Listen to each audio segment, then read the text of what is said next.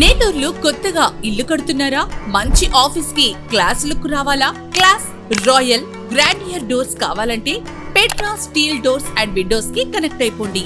విజయవాడ, హైదరాబాద్ నగరాలతో పాటు ఇప్పుడు మన నెల్లూరులో వుడెన్ డోర్స్ ని తలపించే స్టీల్ డోర్స్ బడ్జెట్ ధరలో ఇప్పుడు మీకోసం.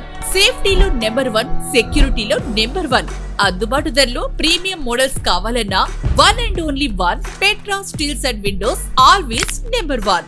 Installation free. మరిన్ని వివరాలకు కాల్ చేయండి 9666652003.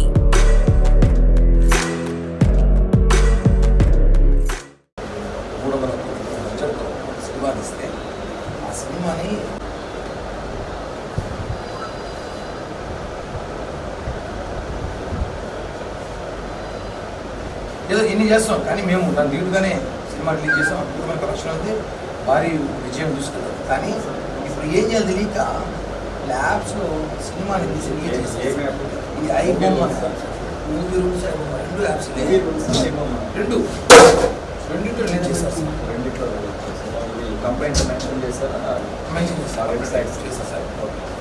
ఈ apps Tirupati Janasena party in charge Kiran Royal గారు ఈస్ట్ పోలీస్ స్టేషన్కు వచ్చి మన డిప్యూటీ సీఎం పవన్ కళ్యాణ్ గారు నటించిన హరిహర వీరమల్లు అనే మూవీకి సంబంధించిన వీడియోను ఐబొమ్మ మరియు మూవీ రూల్స్ అనే వెబ్సైట్స్లో పైరసీ చేసి ఆ వెబ్సైట్లో పెట్టారని చెప్పేసి దానివల్ల సినిమాకు భారీ నష్టం జరుగుతుందని, అట్లా పైరసీ చేసి ఆ వెబ్సైట్లో పెట్టిన మూవీ రూల్స్ మీద, తర్వాత ఐబొమ్మ అనే వెబ్సైట్స్ మీద తగిన చట్ట ప్రకారం తగిన చర్య తీసుకోమని చెప్పేసి కంప్లైంట్ ఇవ్వడం జరిగింది.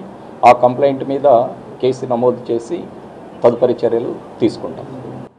ఈ దినం తిరుపతి ఈస్ట్ పోలీస్ స్టేషన్ నందు డిఎస్పి గారికి అలాగే ఇన్స్పెక్టర్ గారికి ఒక కంప్లైంట్ ఇవ్వడం జరిగినది. ఆ కంప్లైంట్ ఏమంటే, మొన్న కరెక్ట్గా 3 రోజుల క్రితమే మా డిప్యూటీ సీఎం, మా అభిమాన నటుడు పవన్ కళ్యాణ్ గారు నటించిన హరిహర వీరమల్లు చిత్రం విడుదలై మనంతా చూస్తున్నాం. ఆ చిత్రం విడుదలైనప్పటి నుంచి వైసీఎం పేటీఎం కూలీలు, వైసీపీ నాయకులు రాష్ట్ర ప్రజలకి ఎంతో కష్టపడి వాళ్ళు ఏదో సమస్యలు తీర్చినట్టు బిల్డప్లు ఇచ్చుకొని సినిమాల మీద పడ్డారు. ఆఖరికి వాళ్ళ బ్రతుకులు సినిమాలు రివ్యూలు చేసుకునే పరిస్థితి వచ్చేసింది. ప్రతిపక్ష హోదా ఇట్టో ఇవ్వలేదు కాబట్టి సినిమాల మీద రివ్యూలు చేసుకుని, సినిమాల మీద సోషల్ మీడియాలో కానీ సినిమాల మీద ప్రెస్ మీట్లు పెట్టి మాట్లాడే స్థాయికి వాళ్ళ ఎమ్మెల్యేలు, మాజీ మంత్రులు దిగజారిపోయిన స్థాయికి వెళ్ళిపోయారు. ఈరోజు ఏకంగా మమ్మల్ని ఎదుర్కొనే ధైర్యం లేక సినిమాని తీసి ఆ సినిమాని 2 వెబ్సైట్లో పెట్టి హెచ్డి ప్రింట్ ద్వారా ఆ సినిమాని టెలికాస్ట్ చేస్తున్నారు. దీనిపై చర్యలు తీసుకోమని చెప్పి ఈస్ట్ డిఎస్పీ గారు కోరాం. ఆ యాప్స్ అన్ని కూడా వెంటనే డౌన్లోడ్ చేశారు, డిలీట్ చేయమని చెప్పాం.